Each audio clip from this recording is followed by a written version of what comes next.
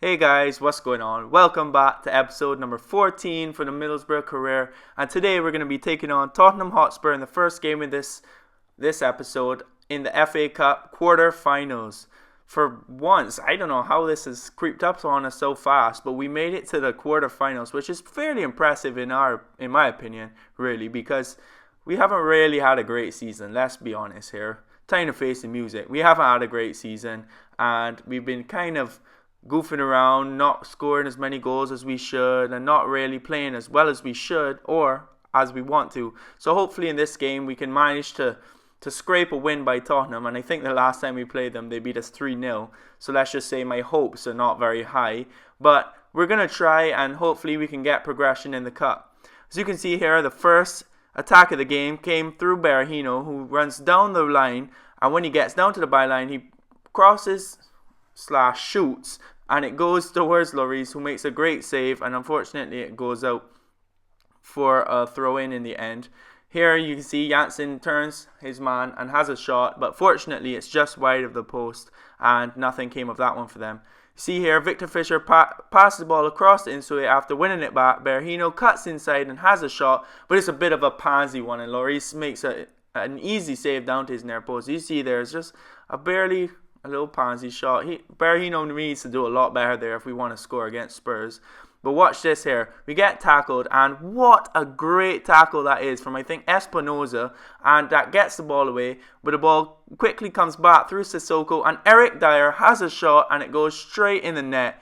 So it's really not been a good start for us so far. In the 32nd minute, Eric Dyer has a shot, and it goes in. But what a great tackle that was at first. And it ended up just rebounding back towards them. Sissoko picked it up, gave it in. It ended up at Eric Dyer's feet, and when he has a shot, it's a good one, and it goes in the back of the net. So unfortunately, that means Spurs are 1-0 up, and they come again on the attack. Janssen passes the ball into Eriksson, who gives it to Eric Dyer, and again, he's had another shot. 2 shots for Eric Dyer, 2 goals for Eric Dyer, 2 shots for Tottenham, 2 goals for Tottenham. And look at this. Look at what? EA, seriously? How many glitches are you going to give me? Like, I understand that every FIFA, it has its bugs. Every program has its bugs. And basically, this game, like any game, is just a program. But that's just ridiculous. Like, glitches like that really shouldn't be happening. You run a professional company, and this is a big, huge game that's been played by millions of users throughout the years, and you're going to just ruin it with glitches like that all the time. Yeah, I get they're funny, but seriously, it begins to tick me off. Like, I'm going to have to review at the end of this series how many glitches that we've had with the white pitch and the various glitches where guys were, I don't know, falling over on top of other guys. I'm gonna actually make that video. I've decided right now. Towards the end of this series, I'm going to try and make a video of the glitches. But anyway, let's not get sidetracked. Back up to the game, and we tried to move things around, pick a different formation. We brought on Avenatti and Short Downing to try and make a difference. And unfortunately, as you see here, the game ends. There is literally nothing to show you in the second half because we were absolutely pathetic. It says here we've had 5 shots, and so have they. But really, none of our shots were any good after the first half. And unfortunately, that means that Tottenham have knocked us out of the FA Cup. And it seems to be like there are bitter rivals here because every time we play them, we lose. And we lose pretty convincingly, to be honest. So as you can see here, we've been officially knocked out of the cup by Tottenham Hotspur, which is pretty unfortunate. It looks like we'd have gone on and possibly played Manchester United and maybe progressed in the cup. But luckily for us, we get to play them in the league. Yeah, that was sarcasm. Because as you're about to see here, Manchester United are the top scorers in the league, and we are the lowest. Yes, the lowest. As we've said all season, we just haven't been good enough in the final third. And just scoring goals has been our problem.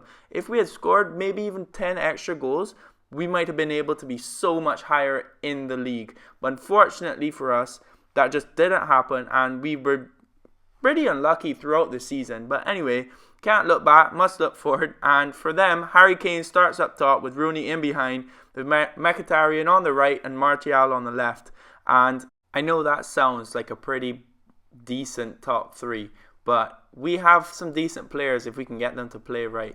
But anyway, we're going to start the match off by saying that Sané passed the ball into Matt's corner, and when Crystal Gonzalez has the shot, Jack Butland, who's either in for David De Gea or they sold De Gea, I'm not really sure, but Crystal Gonzalez has the shot and is saved by Butland. It was a pretty easy and routine save, and he seems pretty ecstatic about that one, so I don't know if maybe... I don't know what's going on there. Anyway, Harry Kane here gets tackled by his former teammate Carter Vickers. The ball gets passed back to him eventually, and he stands there with Carter Vickers on his back. But he gets tricked, and Carter Vickers comes around, sticks his footer on the side, and gets the ball away. And that is good news for us because it meant nothing came of that attack. But Harry Kane is back on the attack all over again. He's on the right side of the pitch now. He passes the ball back to Darmian, who gives him back the ball eventually. Well, it comes back to him eventually, and he back heels it to Martial, who has a shot, and it goes straight past Victor Valdez into the goal. And wouldn't you know, there's another glitch. He literally is sitting on an invisible player there and just spinning around. I mean, Jesus Christ, if someone had told me that football players could defy the laws of gravity, I would have become one. For God's sake, man. Alright, I'm not going to get annoyed at that. I've already been over that in this episode. Alright, so Phil Jones makes a tackle on Crystal Gonzalez, and it's going to turn out to be a pretty crucial tackle as Aqua passes the ball into Adamu, gives it to Fabio, and it comes out to Jedvaj in the box. He has a shot, and it's an absolute worldie as it goes straight past Butland at the far post. Look at this, fake shots inside, has a shot, booshes it across Butland into the goal, and that levels the score for us, and that is absolutely brilliant from what has been our best player so far this season. Not even arguably, he literally has been our best player. He's grown almost as much as Carter Vickers, and he's just been excellent. So really, I'm very happy with that one. And it's good how we managed to pass the ball up. And Jedvaj is here again, as you saw. He tackles the ball away, and Crystal Gonzalez eventually gives it into Aqua, who passes the ball past Jack Butland and puts us 2-1 ahead against Manchester United, the top scorers in the league, right before halftime. And wouldn't you know it, Jedvaj has a direct play for that ball to begin and win the ball back for us, and eventually gets played through Matt's corner into Crystal Gonzalez, who sees Aqua running into the box, passes the ball, a delicious through ball through, might I say, and it's only needs one touch in order to get past Jack Butland. And that is good news for us, as that is exactly where the half ends here. And we go into the half 2-1 up after being 1-0 down. So it's really been a pretty good, first half with 4 shots, 3 of them on target, and we restricted Manchester United to only 1 shot. So I have to be happy about that, and really, who wouldn't be happy about that, Anyway, so to start the second half off, earlier on in the second half, Harry Kane passed the ball down to Mkhitaryan, and look again, Jedvaj just has him in his pocket. I don't know if there's room in there, but he's got so many players in there now that his pants must be 2 sizes too big.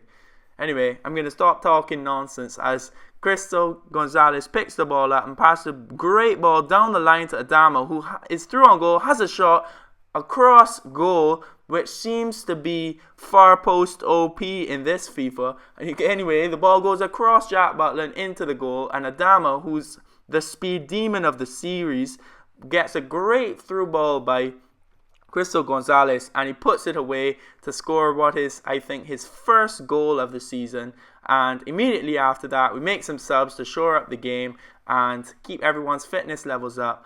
And it's later on in the game now, and really Mkhitaryan runs in and has a shot across goal, but he was offside, as you see there, and nothing comes of that one. And it's looking more and more likely that we will end this game with a 3-1 victory against Manchester United.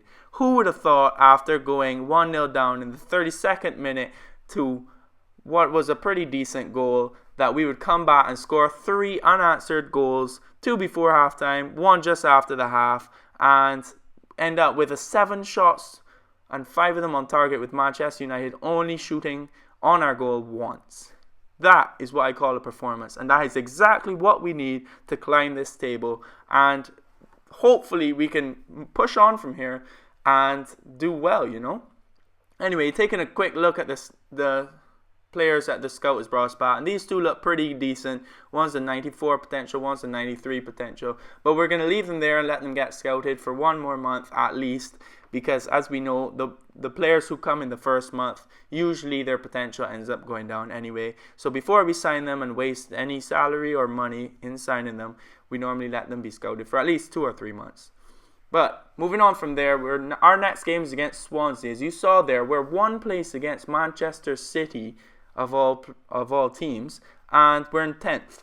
So you can't be too mad about that, but also we wanted to be higher realistically, and we're hoping that in this game we could get another win and maybe move ourselves a place or two up higher and see how we can go from there, as the season is coming to a close fairly soon. And yeah, we'll see how it goes in this match. So the first attack of the match actually comes through us and through Jorge Nkudu, who passed the ball down the line to Nsue, who passes his man with ease, crosses the ball in, and Berahino in the 19th minute gets on the end of a delicious cross from Nsue and puts it into the back of the net. And Berahino now is pushing on in goals. He hasn't reached double figures just yet, but he's really trying to make his way there, and in the 19th minute or 20th minute he's made a difference, and that puts us 1-0 up. As again there you see he passed the ball into Nkudu. He's making a difference in this match, really, both of them, Nkudu and Berahino, and it takes a brilliant save from Fabianski there. I don't know if you saw that free kick, but that was a shit free kick from Connor Wickham. I was trying to curl it and he just, oh my god.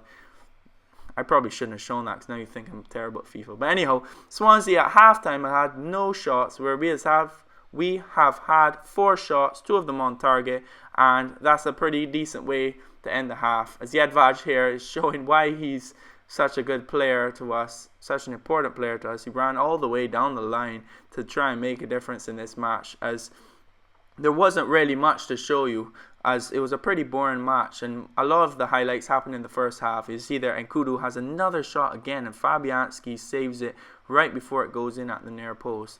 Should have took my own advice and shot it at the far post. But either way, Swansea have had 1 shot on target, 1 shot in total, whereas we have had 4. And Nsue wins man of the match. So anyway guys, that's going to end off this episode. Stay tuned for the next one, and I'll see you guys next time. Peace.